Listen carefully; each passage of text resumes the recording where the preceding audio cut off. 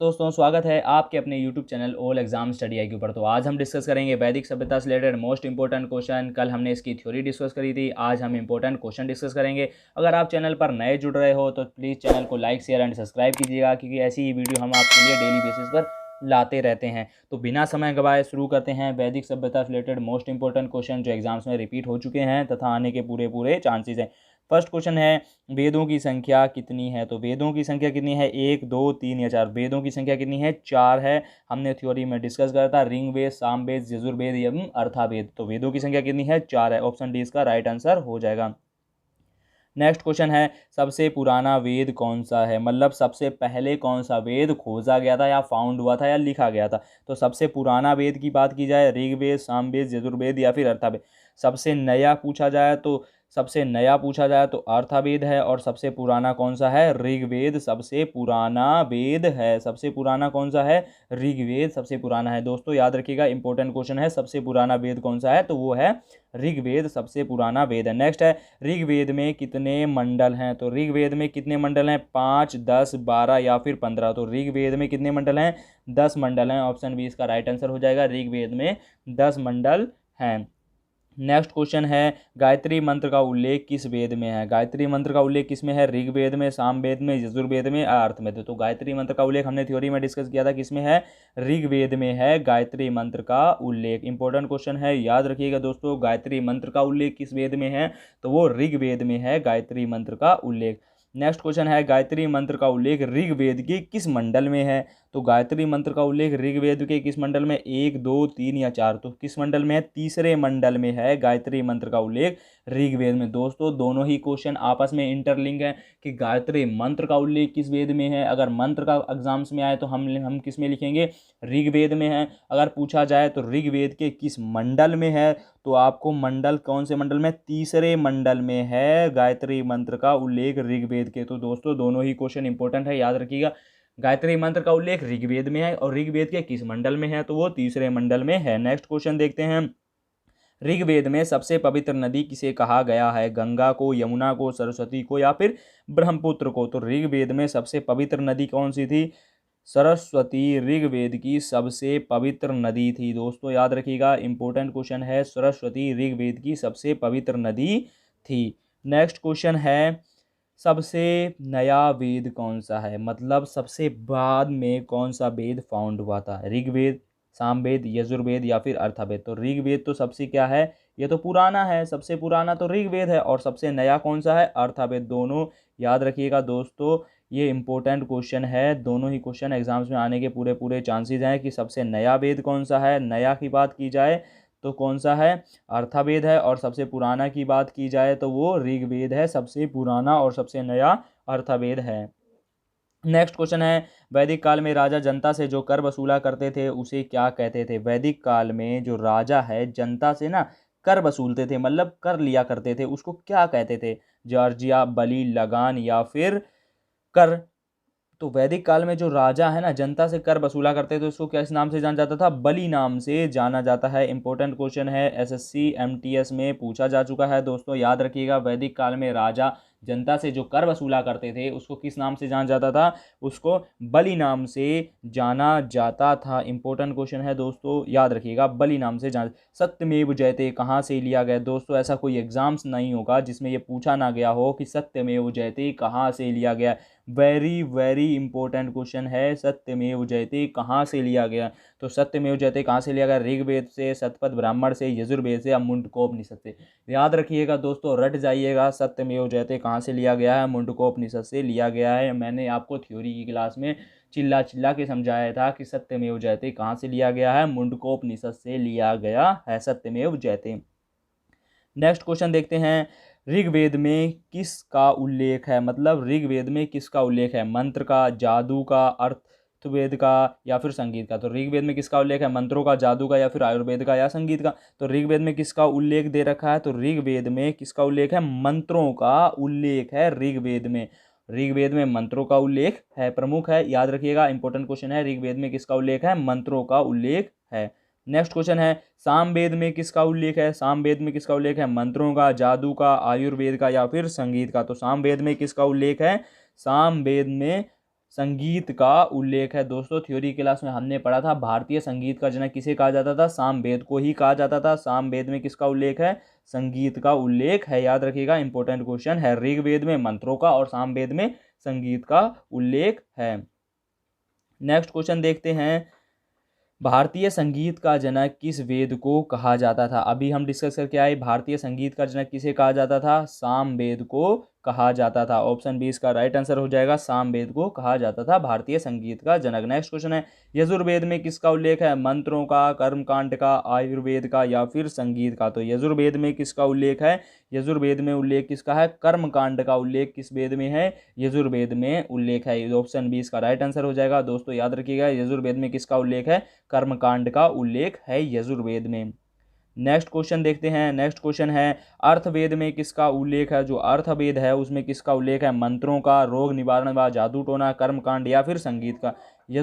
कर्मकांड का तो यजुर्वेद में है, ठीक है, और मंत्रों का ऋग्वेद में है। अब आया अर्थवेद में किसका उल्लेख है, तो अर्थवेद में किसका उल्लेख है, रोग निवारण या फिर जादू टोने का उल्लेख किसमें है, अर्थवेद में है। रोग निवारण या जादू टोना, जादू टोने की बात की जाए, जादू टोने का उल्लेख किस वेद में है, तो अर्थवेद में जादू टोने का उल्लेख है। नेक्स्ट क्वेश्चन देखते हैं, उपनिषदों की संख्या कितनी है, 4, 68, 108 या फिर 12। तो उपनिषदों की संख्या कितनी है, उपनिषद कितने थे, 108। थ्योरी की क्लास में हमने डिस्कस किया था उपनिषद की संख्या कितनी है, तो उपनिषद की संख्या कितनी है, 108 है। वेरी वेरी इंपॉर्टेंट क्वेश्चन है दोस्तों, याद रखिएगा, एग्जाम्स में पूछा जाता है, एमटीएस में 3-4 बार पूछा जा चुका है, उपनिषदों की संख्या कितनी है, तो कितनी है, 108 है उपनिषद की संख्या। नेक्स्ट क्वेश्चन है, उपनिषद को अन्य किस नाम से जाना जाता है, वेद, वेदांग, वेदांत, पुराण। उपनिषदों को किस नाम से जाना जाता है, तो उपनिषदों को वेदांत नाम से भी जाना जाता है। ये भी इंपॉर्टेंट क्वेश्चन है दोस्तों, याद रखिएगा। दोस्तों ये सारे ही क्वेश्चन इंपॉर्टेंट क्वेश्चन है, ये सारे वो क्वेश्चन हैं जो एग्जाम्स में पिछली बार आए हुए हैं या आने के पूरे पूरे चांसेस हैं। ये सिर्फ वही क्वेश्चन है जो एग्जाम्स में पिछले 5 सालों के अंदर आए हुए हैं। मैं आपको उन क्वेश्चनों को डिस्कस कर रहा हूँ, तो ये सारे ही क्वेश्चन, इसमें कोई बताने की जरूरत नहीं, ये इंपॉर्टेंट क्वेश्चन है, सारे ही क्वेश्चन इंपॉर्टेंट है। आप सबको लिख लीजिएगा, उसको रिवाइज करते रहिएगा। इससे बाहर अगर वैदिक काल में से क्वेश्चन आएगा तो इससे बाहर क्वेश्चन नहीं जाएगा, ये मेरी गारंटी है, क्योंकि ये क्वेश्चन रिपीटेड क्वेश्चन है, ये बार बार एग्जाम्स में आते हैं और इस चैप्टर से मोस्ट इंपॉर्टेंट क्वेश्चन खाएं तो यही क्वेश्चन है। तो हमारा क्वेश्चन था, उपनिषदों में को अन्य किस नाम से जाना जाता, तो उपनिषद को अन्य किस नाम से जाना जाता था, वेदांत नाम से जाना जाता था उपनिषद को अन्य नाम से। नेक्स्ट क्वेश्चन है, वेदांत की संख्या कितनी है, वेदांत की संख्या कितनी है वेदांत की, तो वेदांत की संख्या 4, 6, 108 या फिर 12। तो वेदांत की संख्या कितनी है, 6।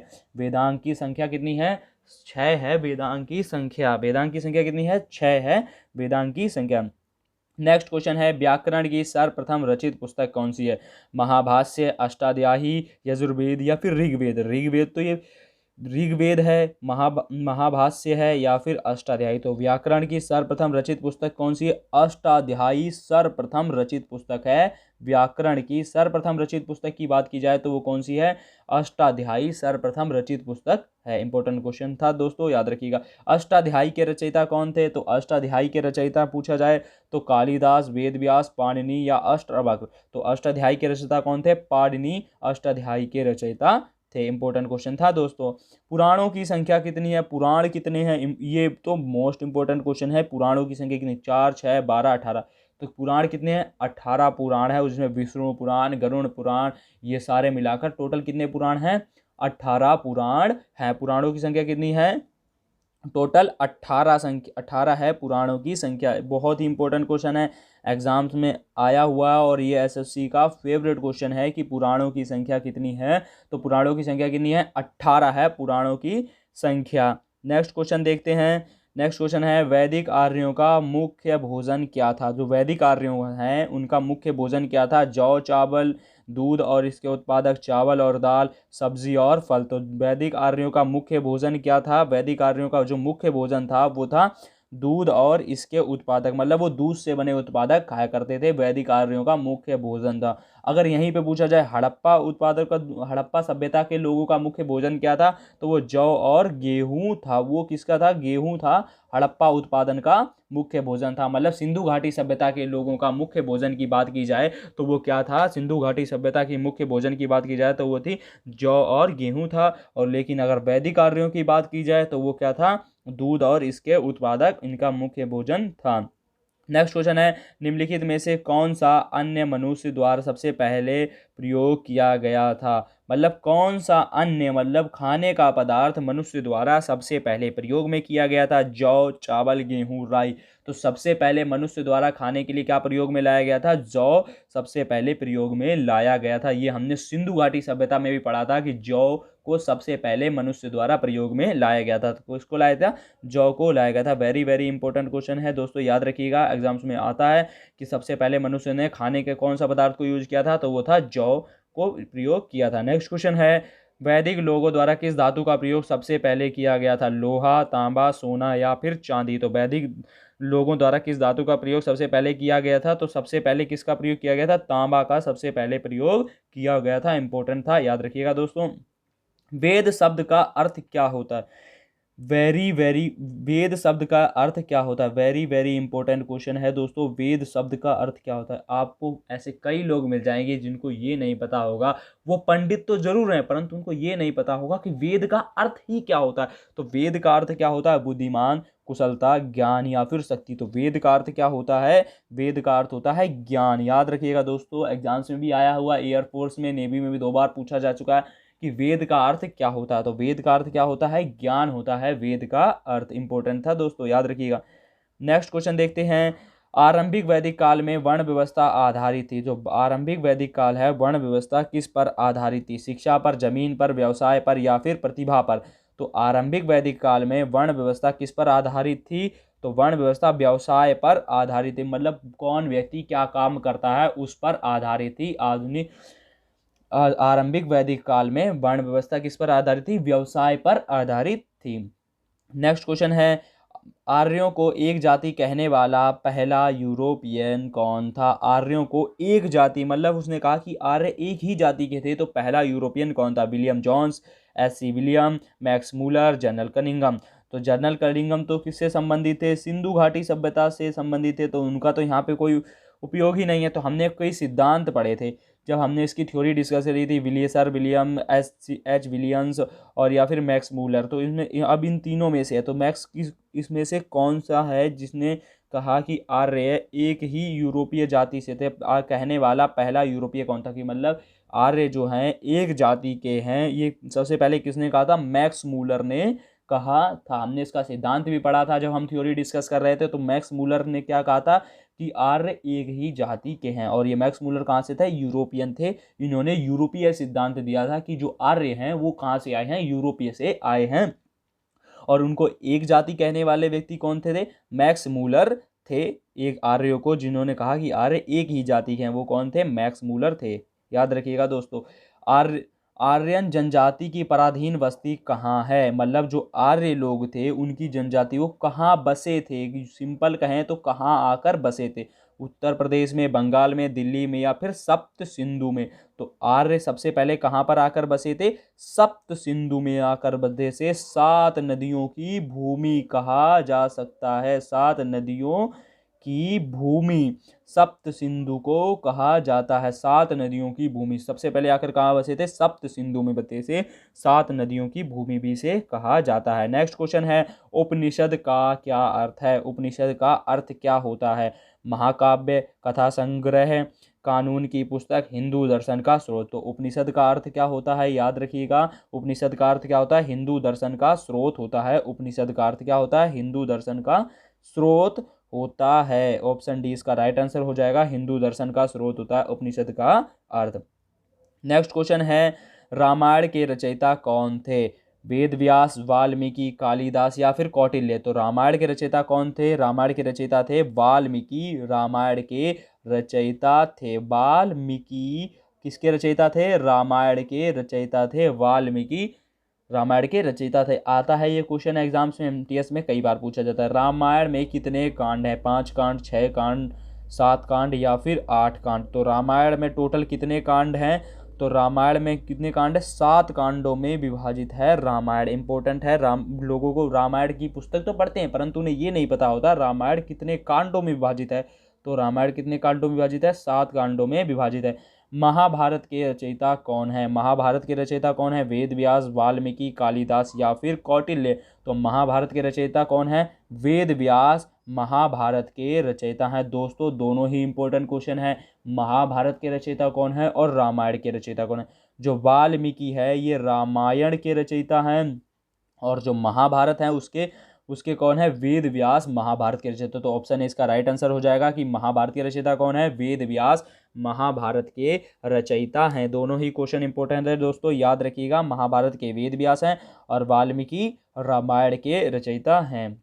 नेक्स्ट क्वेश्चन देखते हैं, मेघदूत के रचयिता कौन है? जो मेघदूत की रचना किसने की थी? तो मेघदूत की रचना किसने की थी? वेद व्यास, वाल्मीकि, कालिदास, चाणक्य। तो चाणक्य ने तो क्या लिखा था? अर्थशास्त्र लिखा था। लेकिन वेद व्यास ने लिखा था महाभारत लिखा था, वाल्मीकि ने रामायण लिखा था। तो अब बचा कौन है? कालिदास बचा। तो मेघदूत के रचयिता कौन है? कालिदास मेघदूत के रचयिता है। दोस्तों एग्जाम्स में कई बार पूछा जा चुका है, मेघदूत बड़ा ही फेमस पुस्तक है। तो मेघदूत के रचयिता कौन है? कालिदास मेघदूत के रचयिता हैं। नेक्स्ट क्वेश्चन है, कालिदास की प्रथम रचना क्या थी? मेघदूत, रघुवंशम, अभिज्ञान संकुतलम या ऋतु संहार? ऋतु संहार कौन सी थी? कालिदास की पहली या यूं कहें कि प्रथम रचना कौन सी थी? तो ऋतु संहार कालिदास की प्रथम रचना थी। ऋतु संहार कालिदास की प्रथम रचना थी। नेक्स्ट क्वेश्चन देखते हैं, योग दर्शन का प्रतिपादन किसने किया था? दोस्तों वेरी वेरी इंपॉर्टेंट क्वेश्चन है। योग दर्शन का प्रतिपादन किसने किया था? मनु ने, पतंजलि ने, विश्वामित्र ने या फिर भर्तृहरि ने किया था? तो योग दर्शन का प्रतिपादन किसने किया था? पतंजलि ने किया था। योग दर्शन का प्रतिपादन किया था, पतंजलि द्वारा किया गया था। नेक्स्ट क्वेश्चन है, कृष्ण भक्ति का प्रथम एवं प्रधान ग्रंथ किसे माना जाता? महाभारत को, श्रीमद् भगवद गीता को, मुंडकोपनिषद या फिर जय संहिता? देखो महाभारत का जो पुराना नाम था ना, यह पुराना नाम था किसका? महाभारत का। भारत का पुराना नाम था जय संहिता। अगर क्वेश्चन आ जाए एग्जाम्स में कि महाभारत का पुराना नाम क्या था? जय संहिता था। अब इसने पूछा है कि कृष्ण भक्ति का प्रथम प्रधान ग्रंथ किसे माना जाता है? मतलब कृष्ण भक्ति का प्रथम ग्रंथ कौन सा, जिससे हमें पता चलता है कृष्ण भक्ति के बारे में पता चलता है। तो कृष्ण भक्ति का प्रथम प्रधान ग्रंथ कौन? श्रीमद् भगवद गीता कृष्ण भक्ति का प्रथम ग्रंथ था। नेक्स्ट क्वेश्चन देखते हैं। नेक्स्ट क्वेश्चन है, ऋग्वेद में अघन्य शब्द का प्रयोग किस पशु के लिए किया गया है? इंपॉर्टेंट क्वेश्चन है वेरी वेरी, कि ऋग्वेद में अघन्य शब्द का प्रयोग किस पशु के लिए किया गया है? गाय के लिए, बकरी के लिए, घोड़ा के लिए या फिर हाथी के लिए? तो अघन्य शब्द का किसके लिए किया गया है? गाय के लिए किया गया है। ऋग्वेद में अघन्य शब्द का प्रयोग गाय के लिए किया गया है। याद रखिएगा दोस्तों, बहुत ही इंपॉर्टेंट क्वेश्चन है, एग्जाम्स में कई बार आया कि अघन्य शब्द का प्रयोग किस पशु के लिए किया गया है? तो गाय के लिए। वैदिक सभ्यता किस नदी के तट पर विकसित हुई? गोदावरी, सरस्वती, कृष्णा या फिर यमुना? जो वैदिक सभ्यता है किस नदी के तट पर विकसित हुई? सरस्वती नदी के तट पर विकसित हुई वैदिक सभ्यता। और आर्यों द्वारा सबसे पवित्र नदी कौन सी थी? पवित्र नदी की बात की जाए वो भी कौन सी थी? सरस्वती थी सबसे पवित्र नदी, और सरस्वती नदी के तट पर ही विकसित हुई वैदिक सभ्यता। नेक्स्ट क्वेश्चन है, वैदिक काल में समाज को कितने वर्गों में विभाजित किया गया था, जिसे वर्ण कहा जाता था? जो समाज को वर्गों में विभाजित किया जाता था उसको क्या कहा जाता था? वर्ण कहा जाता था। कितने वर्गों में विभाजित किया गया था? 6 में, 8 में, 12 में या फिर 4 में? तो वैदिक काल में जो समाज को वर्गों में विभाजित किया गया था वो कितने वर्गों में विभाजित किया गया था? 4 वर्गों में विभाजित किया गया था। ब्राह्मण, वैश्य, क्षत्रिय और शूद्र के नाम से जाना जाता था। किस वर्गों में? ब्राह्मण, वैश्य, क्षत्रिय और शूद्र सबसे नीची जाति के होते थे, ब्राह्मण सबसे उच्च जाति के होते थे। कितने वर्गों में विभाजित था? 4 वर्गों में समाज विभाजित था। उसको किस नाम से, उसे क्या नाम कहा जाता था? वर्ण कहा जाता था। समाज को 4 वर्गों में विभाजित किया जाता था, तो 4 वर्ण के नाम से जाना जाता था। इंपॉर्टेंट क्वेश्चन था, याद रखिएगा दोस्तों, एग्जाम्स में आया हुआ है। वैदिक काल में किस शासन प्रणाली को अपनाया गया था? तो वैदिक काल में राजा द्वारा किस शासन प्रणाली को अपनाया गया था? राजतंत्र, लोकतंत्र या फिर तानाशाही? राजतंत्र, लोकतंत्र, तानाशाही या फिर गणतंत्र? तो देखो, राजतंत्र क्या होता है? जहां पर राजा का शासन होता है। लोकतंत्र क्या होता है? जहां पे जनता का शासन होता है। तानाशाही क्या होता है? जहां किसी एक व्यक्ति का शासन होता है। या फिर गणतंत्र, जहां पूरे गणराज्य का शासन होता है। देखो ये चारों वर्ड बहुत इंपॉर्टेंट है। राजतंत्र मतलब राजा द्वारा शासन किया जाए, लोकतंत्र जनता द्वारा शासन किया जाए, तानाशाही किसी एक व्यक्ति द्वारा शासन किया जाए, जैसे अभी तानाशाही दक्षिण कोरिया का है, किम जोंग उन। और गणतंत्र क्या होता है, गणतंत्र जहां पर पूरे गणराज्य की बात की सुनी जाए, पूरे गण की शासन हो, पूरे गण का शासन हो। पहले सोवियत संघ था, सोवियत संघ जो अब टूटकर रूस हो गया है, वो गणतंत्र था पहले। वहां पर मतलब सरकार एक लिमिटेड मुहैया फिक्स कर देता था कि लोगों को ये देना है, खाने की चीज़ सरकार देगी, हर चीज़ सरकार दिया करती थी। काम करोगे सबको समान पैसे दिए जाते थे, उसको कहा जाता था गणतंत्र कहा जाता था। तो अब हमारा क्वेश्चन था, वैदिक काल में किस शासन प्रणाली को अपनाया गया था? तो वैदिक काल में किस शासन प्रणाली को अपनाया गया था? तो वैदिक काल में राजतंत्र शासन प्रणाली को अपनाया गया था। मतलब यहाँ पे राजा हुआ करते थे, तो किस शासन प्रणाली को अपनाया गया था? राजतंत्र शासन प्रणाली को अपनाया गया था। अगर एग्जाम्स में पूछा जाए कि राजा जो जनता से कर वसूला करते थे, उसको किस नाम से जाना जाता था? उसको बलि नाम से जाना जाता था। दोनों ही इंपॉर्टेंट क्वेश्चन है दोस्तों, याद रखिएगा, उसको बलि नाम से जाना जाता है। नेक्स्ट क्वेश्चन है, यजुर्वेद में यजुर शब्द का क्या अर्थ है? दोस्तों क्या कहूं आपको, कितना इंपॉर्टेंट क्वेश्चन है, लोगों को पता नहीं है। ये यूपीपीएससी में पूछा जा चुका है, यूपीएससी के प्रीलिम्स में एग्जाम्स में पूछा गया जा चुका है। यजुर्वेद में यजुर शब्द का क्या अर्थ है? लोगों को नहीं पता है। जिंदगी, प्रकृति, बलिदान या फिर सत्य। तो यजुर्वेद में यजुर शब्द का क्या अर्थ है? बलिदान है, बलिदान। यजुर्वेद में यजुर शब्द का जो अर्थ है वो क्या है? बलिदान। दोस्तों आज से आप भूलना मत, याद रखिएगा। यजुर्वेद में यजुर शब्द का अर्थ क्या होता है? तो बलिदान होता है यजुर्वेद में यजुर शब्द का अर्थ। बहुत ही इंपॉर्टेंट क्वेश्चन है, लोगों को नहीं पता है। रियलिटी भाई ये यजुर, अगर उनसे पूछोगे वेद कितने, तो वेद तो बता देंगे, ऋग्वेद, सामवेद, यजुर्वेद और अर्थवेद। पूछोगे सबसे नया कौन था? अर्थावेद। सबसे पुराना ऋग्वेद। लेकिन अगर पूछोगे यजुर्वेद के बारे में, अगर डीपली जाओगे कि यजुर्वेद में यजुर शब्द का अर्थ क्या होता है, तो लोग नहीं बता पाएंगे। तो बलिदान था दोस्तों, याद रखिएगा, बलिदान। एग्जाम्स में आता है ये क्वेश्चन, लोग छोड़ के आते हैं, तो आज से आप याद रखिएगा, यजुर्वेद में जो यजुर शब्द का अर्थ होता है उसका अर्थ होता है बलिदान होता है। नेक्स्ट क्वेश्चन है, ऋग्वेद में सबसे अधिक उल्लेखित देवता कौन है? जो ऋग्वेद है उसमें सबसे अधिक उल्लेखित, यूं कहें कि सबसे ज्यादा पूजा किस देवता की जाती थी, सबसे ज्यादा मान्यता प्राप्त देवता कौन थे ऋग्वेद में? मतलब जो ऋग्वेद क्या था, ये क्या था? सबसे पुराना वेद था। सबसे पुराना वेद कौन सा था? ऋग्वेद था। इसमें सबसे अधिक उल्लेखित, सबसे ज्यादा पूजा किस देवता की जाती थी? इंद्र की, वायु की, अग्नि की या वरुण की? देखो जो वैदिक आर्य लोग थे वो किसकी पूजा किया करते थे? इंद्र की भी, वायु की भी, अग्नि की, वरुण, वो सबकी पूजा किया करते थे। लेकिन अगर सबसे ज्यादा, यहाँ एग्जाम से पूछा कि सबसे ज्यादा पूजा किस देवता की जाती थी, या सबसे ज्यादा ऋग्वेद में सबसे ज्यादा बार किस देवता का नाम आया है, तो वो किसका आया? इंद्र का नाम सबसे ज्यादा आया। देखो दोस्तों एक और इंपॉर्टेंट क्वेश्चन, ऋग्वेद में इंद्र को किस नाम से जाना जाता?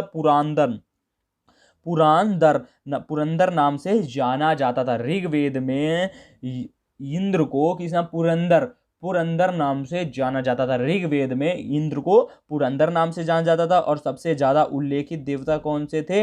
ऋग्वेद में उल्लेखित देवता इंद्र थे, पुरंदर नाम से जाना जाता था। सबसे पुराना वेद ऋग्वेद है और सबसे नया वेद अर्थवेद है। अर्थवेद में, यजुर्वेद में यजुर शब्द का अर्थ होता है बलिदान होता है। दोस्तों ये कुछ इंपॉर्टेंट क्वेश्चन है, जो ट्रिकी बेस में क्वेश्चन जाते हैं वो ऐसे ही पूछे जाते हैं, याद रखिए। Thanks a lot for watching this video. I hope you understood all this point. If you like this video please subscribe my channel, क्योंकि ऐसी ही वीडियो हम आपके लिए डेली बेसिस पर लाते रहते हैं।